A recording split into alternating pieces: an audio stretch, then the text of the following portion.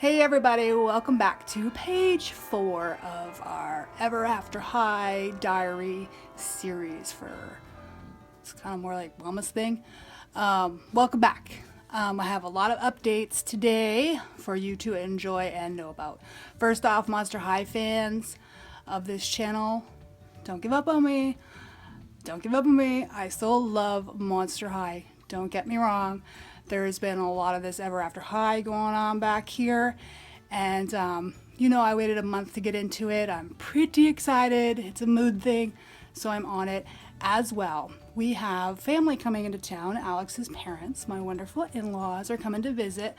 So, I use my cart to do the projects. I can't have this next big project that I've been hinting at in the middle of the living room because that's just not going to work. As well, that we have the doll room and no spare room, so we have to clean the house and stuff, things you gotta do when people visit. So I'm gonna be a little light towards the end of the month in both commenting and content and all that stuff, so we'll be a little bit scarce, but we'll be back. And when they leave, I intend on getting back on that big Monster High project. I'm looking forward to that. Otherwise, there's other updates going on. Things have changed, budget changes, a little bit of design changes. So I'm going to put it all here so you know where I'm at. If there's any of it you're interested in, here you go. It's findable. And lastly, I guess, hello to Aunt Shelly. I know you're watching now. I talked to you finally on the phone. I love you. And I miss you. And that's to you. As for everybody else, enjoy the updates, and any questions, any ideas, of course, comment down below. Very exciting that trim I showed in diary entry page 1 finally came in. I now have 20 more yards of baseboard trim. Ecstatic. We did not know if the dye lot was going to match because there was 2 different colors, this color and then one I used on the example room, and the right one came in. So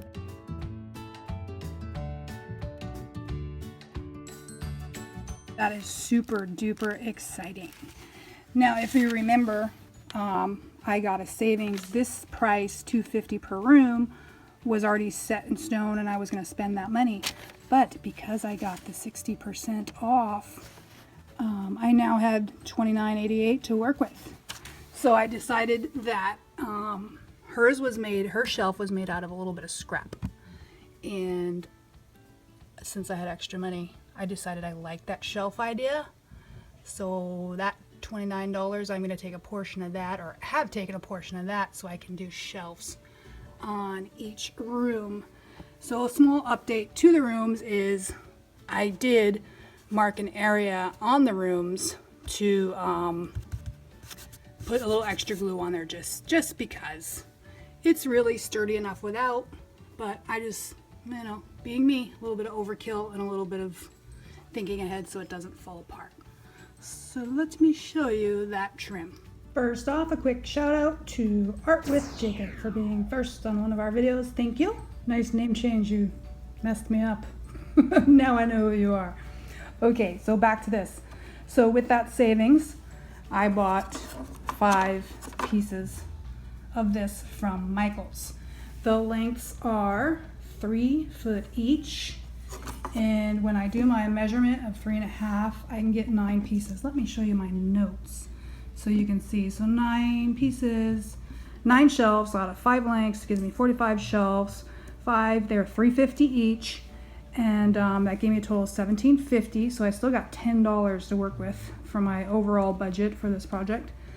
And divide that by 45 shelves gives me a total of about 40 cents per shelf per room. And then of course we got some leftovers of these, but I did have to get some more. I think that was $3. So for all of this, that probably adds like a nickel to that per room. And we're gonna cut those and get working on that and make this. Of course, I showed this quickly in Darling Charming's room. I won't go over that again and again, just have it here. Now you're saying, Wendy, it's wood. We don't have saws.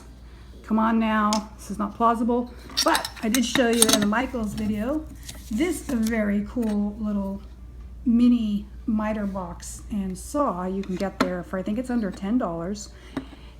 Then you don't have to be afraid of any of these wood things, and they have a good selection of wood trims at Michael's. So try to keep this in mind and be open-minded. You simply put your piece in, line it up to the line where you need it, hold it really tight, and then of course you get your saw in there and saw. I'll show that when I have somebody to hold the camera for me. Now you do excuse me, lose a little bit through the width of whatever saw you might use. Like when we use the big saw, we lose about 1/4 of an inch, 1/8 of an inch. So if I do nice sawing, I might get a 1/10 piece out of that. So if you're interested in any wood stuff, this is handy, and it doesn't make a lot of dust either. Since you're doing cutting slowly and controlled, you can really control the dust. And of course I'm doing this in my living room, so all is well. So that's the newest addition we'll see in our little room. So each doll has a little shelf for her little purse and accessories and whatever might be personalized for her. Super excited about this little change, although it adds more work, but I think it works. What do you think?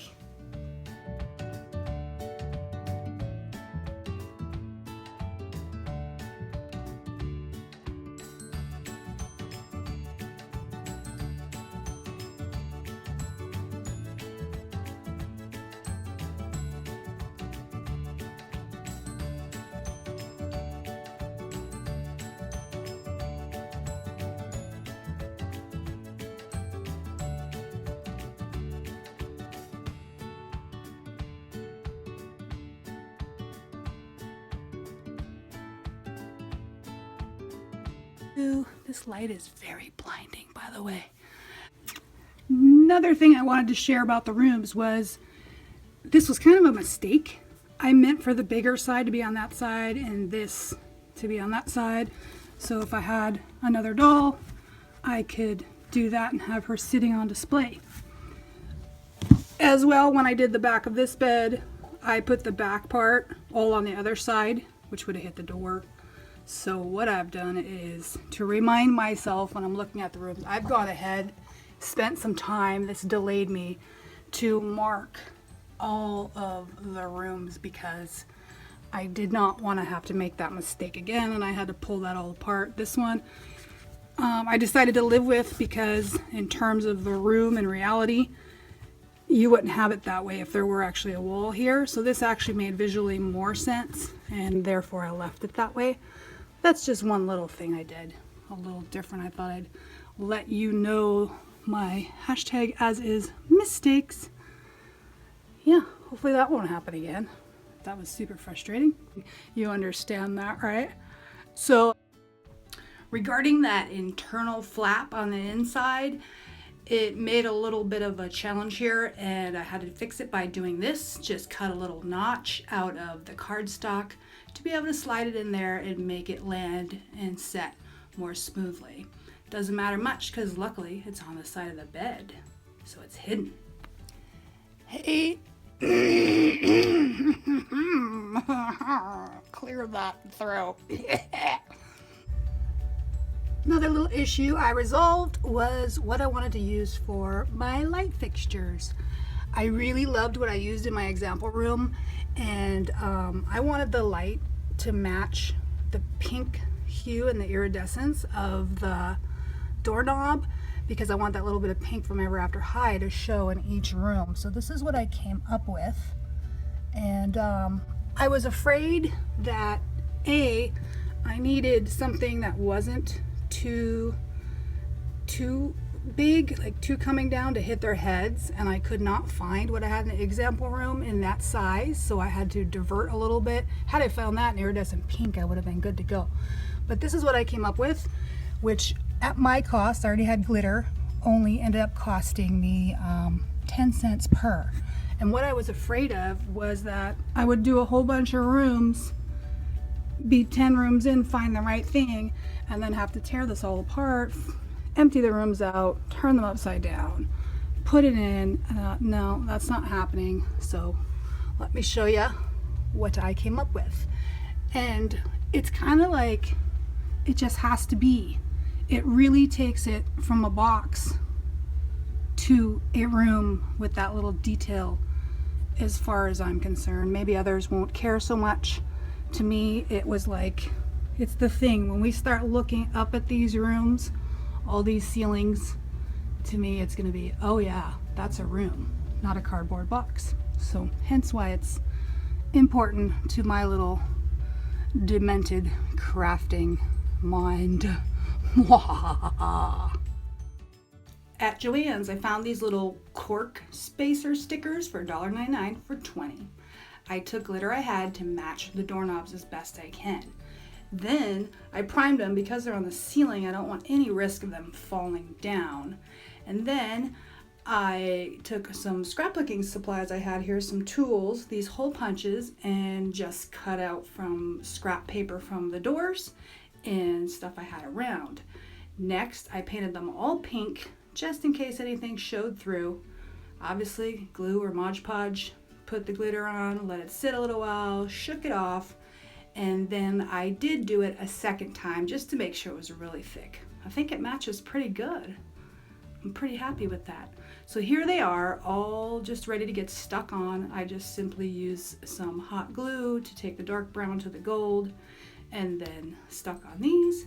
And here's what we have, which looks like a whole ton of cookies. I'm well ahead, and they are matching good enough for me. I'm super satisfied with the contrast they will have with each other and the continuity in the rooms. So that was a whole bunch. I hope those are helpful to you, and whatever, just entering into the diary.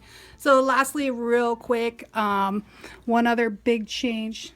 First, let's do a hello to some FBF family: Wild Claw 600, Gabriella Fantasy, Blaze Sparks, and Jade Guitar, both new and from day one viewers and family members. Love you all. Thank you for watching. The last thing is, well, you know, on that one when oh, who was it? My gosh, Kato said the funny part about my husband, and oh my goodness, my poor husband.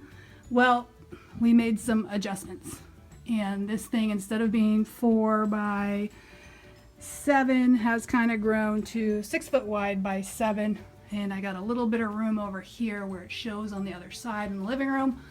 I'll figure that out later, but with the dorms and needing pairs 5 wide wasn't gonna happen. It was gonna have to be 4, so we got it back to 5.